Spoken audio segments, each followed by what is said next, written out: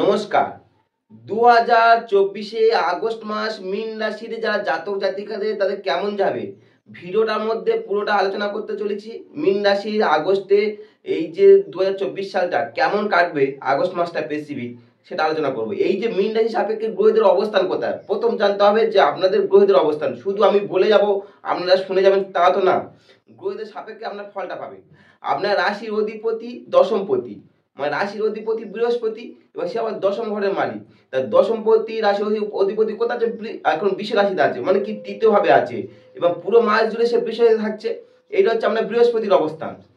মঙ্গল হচ্ছে আপনার দ্বিতীয় পতি, নবম পতি, ধন সম্পত্তি, ভাগ্যের পতি। ঠিক আছে, আমরা রাজ্যকারী গ্রহ বলা হয় অনেক সময়। এই মঙ্গল কোথায় অবস্থান করছে? মঙ্গল এখন বৃষ রাশিতে অবস্থান করছে। 26 তারিখে বৃষ রাশিতে শিফট করে সে মিথুন রাশিতে প্রবেশ করবে। 26 তারিখে বৃষ রাশিতে শিফট করে মিথুনে প্রবেশ করছে। এটা হচ্ছে আপনার মঙ্গলের অবস্থান।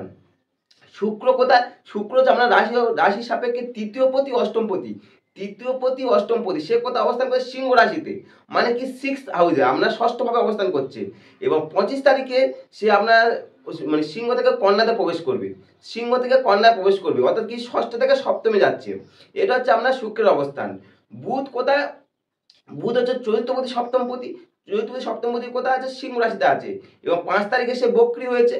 5 তারিখ বক্রি হচ্ছে, এবং 5 তারিখ বক্রির পরে সে পুরো মাস তবু থাকবে ওখানে, কিন্তু শেষের দিকে, মাসের শেষের দিকে, বিশেষ করে 22 তারিখে সিংহ থেকে সে আবার কন্যায় না গিয়ে কর্কটে যাবে। যেহেতু বক্রি আছে, মানে ষষ্ঠ থেকে সপ্তমে না গিয়ে পঞ্চমে যাচ্ছে। এটা হচ্ছে আপনার বুধের অবস্থান। রবি কোথায়? রবি হচ্ছে ষষ্ঠপতি। রবি আপনার রাশি সাপেক্ষে ষষ্ঠপতি। সে ষষ্ঠপতি আপনার আপনার কোথায় আছে? পঞ্চমে আছে, কর্কটে আছে। ষষ্ঠপতি পঞ্চমে আছে, এবং 16 তারিখে পঞ্চম থেকে ষষ্ঠে শিফট করবে। 16 তারিখে, স্পেসিফিক 16 তারিখে। আচ্ছা, কেতু কোথায় আছে? কেতু আছে আপনার কন্যাতে আছে, মানে আপনার রাশি সাপেক্ষে সপ্তমে আছে। রাহু কি আছে? আপনার রাশিতে বসে আছে। রাশি বলুন, লগ্ন বলুন, আপনার সেখানেই বসে আছে রাহু। আর শনিকে, শনি হচ্ছে আপনার একাদশপতি, দ্বাদশপতি শনি। সে একাদশপতি দ্বাদশপতি সে আপনার দ্বাদশে আছে, কুম্ভ রাশিতে বক্রি হয়ে আছে, এবং সারা মাস জুড়ে সে বক্রি হয়ে থাকবে। এটা হচ্ছে শনির অবস্থান। চন্দ্র কি অবস্থা? চন্দ্র প্রতি আড়াই দিন অন্তর অন্তর ঘর পরিবর্তন হয়। প্রথম শুরুতে, মাসের শুরুতে মিথুন, তারপর কর্কট, তারপর সিংহ, কন্যা, তুলা করে মাসের শুরুতে মিথুন, তারপরে চেঞ্জ করতে করতে সে আসবে আপনার কোথায়? সিংহ রাশি থাকবে মাসের শেষে। এই হচ্ছে গ্রহদের অবস্থান। এই গ্রহদের সাপেক্ষে আপনারা কি কি ফল পাবেন? প্রশ্ন থাকবে আমি কি ফল পাবো এই সাপেক্ষে যারা মীন রাশি হয়ে, সেটা তো গ্রহদের অবস্থান থেকে তো লাভ নেই। আমার ফলটা কি হবে? ফল যেটা হচ্ছে সেটা আলোচনা করব।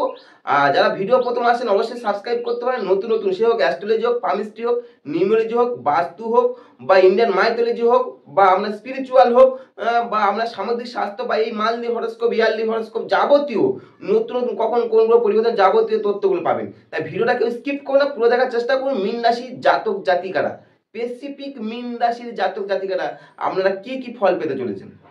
প্রথম বলি মীন রাশি। আগে জানুন যে আপনারা যে রাশিটা বিচার করছেন, আগে জানুন রাশিটা কি।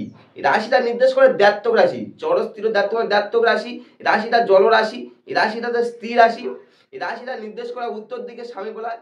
এই রাশিটা নির্দেশ করে বিপ্র জাতি বলা হয়, মানে কি ব্রাহ্মণ ক্ষত্রিয় বৈশ্যের মধ্যে বিপ্র জাতি বলা হয়।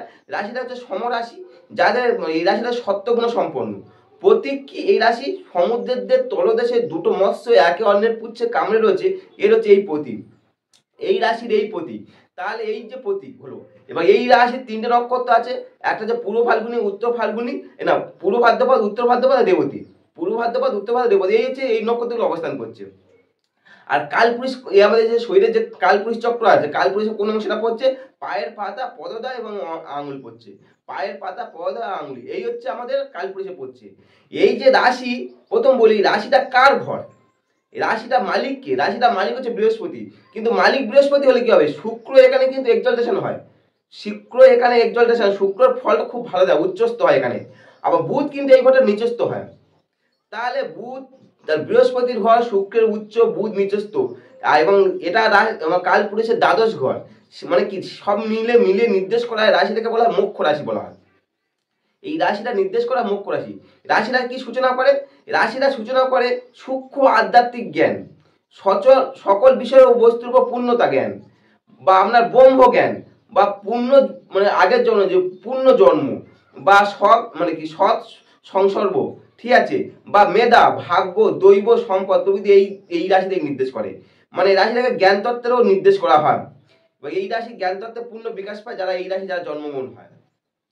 মীন রাশি যারা জাতক জাতিকারা, তাহলে এই যে আগস্ট মাসটা শুরু হচ্ছে তারা কি কি ফল পাবে আগস্ট মাসের মধ্যে? আগস্ট মাসের মধ্যে প্রথম কথা বলি, আমরা কিছু ক্ষেত্রে শুভ, কিছু ক্ষেত্রে আমরা অশুভ বা সাবধানতা অবলম্বন করতে হবে ভিডিওর টপিক অনুযায়ী, যে আমি থাম্বনেইলে দিয়েছি। তা শুভ কি? বিশেষ করে কর্মজীবন দিকটা দেখুন, প্রথম হচ্ছে কর্মজীবন। কর্মজীবন আপনার আপনার যে কর্মপতি, রাশির অধিপতি কর্মপতি তৃতীয় ভাবে বসে আছে, খুব শুভ জায়গা আছে, কোনো অসুবিধা নাই। খুব যদিও শুক্রের ঘরে থাকার জন্য তবু অতটা না ফল দিলেও তবু শুভত্ব আছে, এবং ভাগ্যপতির সঙ্গে কম্বিনেশন আছে, মানে দশমপতি নবমপতি একটা কম্বিনেশন আছে, মানে ভাগ্যের আপনি সমর্থন পাবে, যারা কর্ম যাই করুন সেই কর্মে একটা ভাগ্যের সমর্থন পাবে।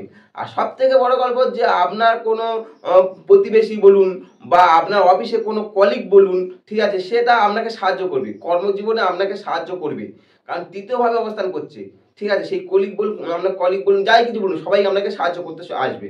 বিশেষ করে কর্মজীবনের দিক থেকে এই মাসটা আপনার ক্ষেত্রে এই পজিটিভ রেজাল্ট পাচ্ছেন কর্মজীবনের দিক থেকে, ঠিক আছে। যদি ব্যবসা করেন, আপনি যদি মনে করেন যে আমরা মীন রাশি যারা জাতকদের ব্যবসার সঙ্গে যুক্ত আছি, ব্যবসার ক্ষেত্রে একটু হলে সমস্যা তৈরি হবে। কেন বলুন তো? আমরা একাদশপতি সপ্তম থেকে ব্যবসা বিচার করা হয়, যারা অ্যাস্ট্রোলজার তারা জানে কোথা থেকে বিচার করতে হয়। তাহলে একাদশ সপ্তম বিচার করবেন, সপ্তম পতি সে আপনার বক্রি হচ্ছে 5 তারিখ থেকে, সপ্তমে কেতু, একাদশ পতি সে বক্রি। যারা ব্যবসা করছেন ব্যবসা সেক্টরটা খুব ভালো যাবে না, বিশেষ করে এই মাসটা।